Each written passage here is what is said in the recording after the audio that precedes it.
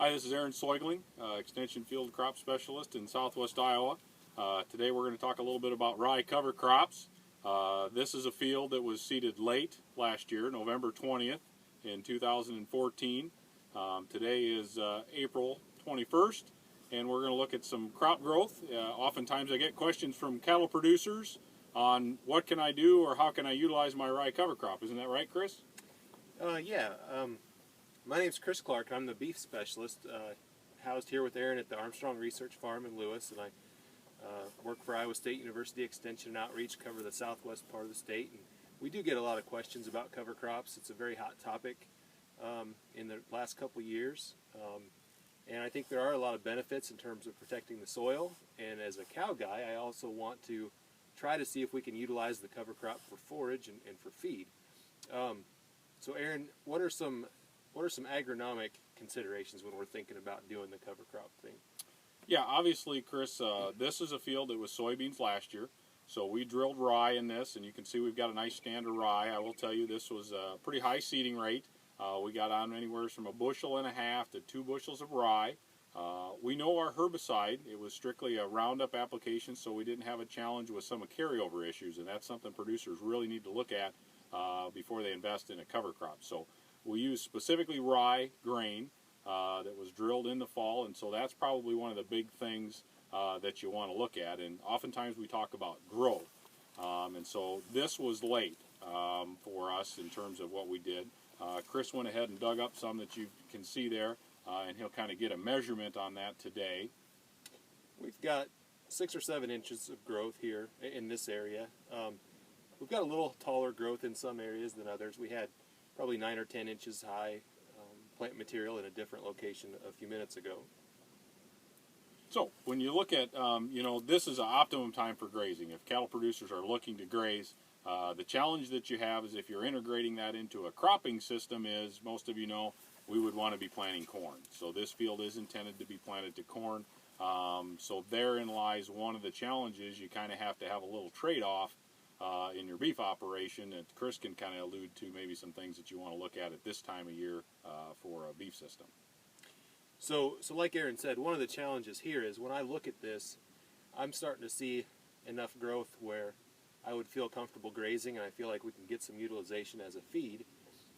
On the other hand, Aaron tells me they want to plant this pretty quickly, and so it becomes kind of challenging to make that work. So I kind of wonder about different scenarios where maybe we might plant this cover crop in a field that will be soybeans rather than corn in the upcoming year. And so we would have just a little more time, maybe another 2, 3, 4 weeks, depending on how things go with planting season, that we could actually use that as maybe a calving pasture or something of the sort and get some grazing value out of it. There'd be lots of feed value in this. It should be probably 55 to 60% TDN. It should be probably 15% protein or so at this stage. So that would be an option. Another thing would be thinking back to when it was planted. Maybe we could plant it earlier, follow the harvest of corn silage or something like that, and actually get some fall utilization as well. Would that be an option too, Aaron? Yeah, optimum usage I think really would be following a corn silage type situation. You know, if we look at this, obviously it was soybeans last year, but traditionally in southwest Iowa, corn production for you to drill in rye like we did here would be the time frame we're talking about, probably November sometime. So you're not going to get a lot of fall growth. So there's a trade-off in your management system. If you are a cow-calf producer, if you're not currently utilizing corn silage, that may be something that you want to definitely consider depending on your operation. What are some other species of plants that might work for cover crops? We hear a lot about some different mixtures and some other varieties. This is cereal rye, which seems to overwinter relatively well. Yes. What are some other options for this area? That's a real good question. There's a lot of things on the market. There's a lot of things that you can purchase. I will tell you they come at a higher cost, and the success establishing those is a little bit more of a challenge. Something like a vetch would definitely put nitrogen into the system and would be, from that perspective, a good thing to have in front of corn as we look at it. But I'm kind of at this point, until we get a lot more experience with some of these other specialty items, rye grain is kind of a high success, low cost beginner's trial, if you will, And I think guys can kind of branch out from that. There are things like perennial ryegrass that you could look at. There's other legumes, peas, but a lot of those are susceptible to winter kill, and so therein lies the challenge as a beef producer. I guess, Aaron, one more follow-up question. I have had some questions lately about turning a row crop back into pasture, given the market situation right now. Just as a what if we wanted to put this into a more permanent pasture rather than planting corn? How would you manage that, and how does rye maybe fit into that scenario? That's an excellent opportunity. I think if you have fields that you've made a decision to maybe take those out of row crop production, fall rye is an excellent thing to look at to establish those. And you know, the short answer to that is select those fields, do any necessary fencing that you need to do, or watering requirements that you need to do if it's a pasture. And what I would consider is drill your rye in the fall, let it stand like we see here today.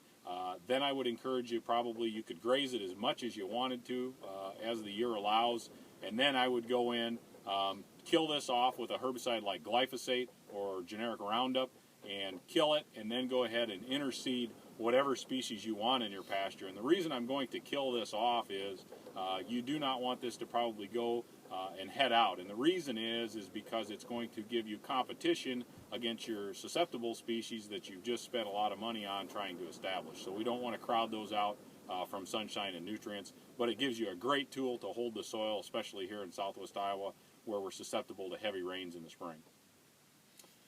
Well, thanks for that information, Aaron, and I think hopefully you can utilize some of this information to help kind of establish some management practices and consider utilizing cover crops in your operations.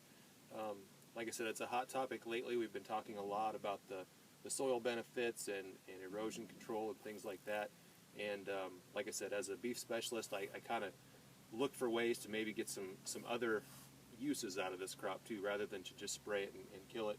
Maybe get some forage out of it, maybe use it as a calving pasture, some things like that. So I guess from Lewis, Iowa, this is Chris Clark and Aaron Soigling talking about rye cover crop.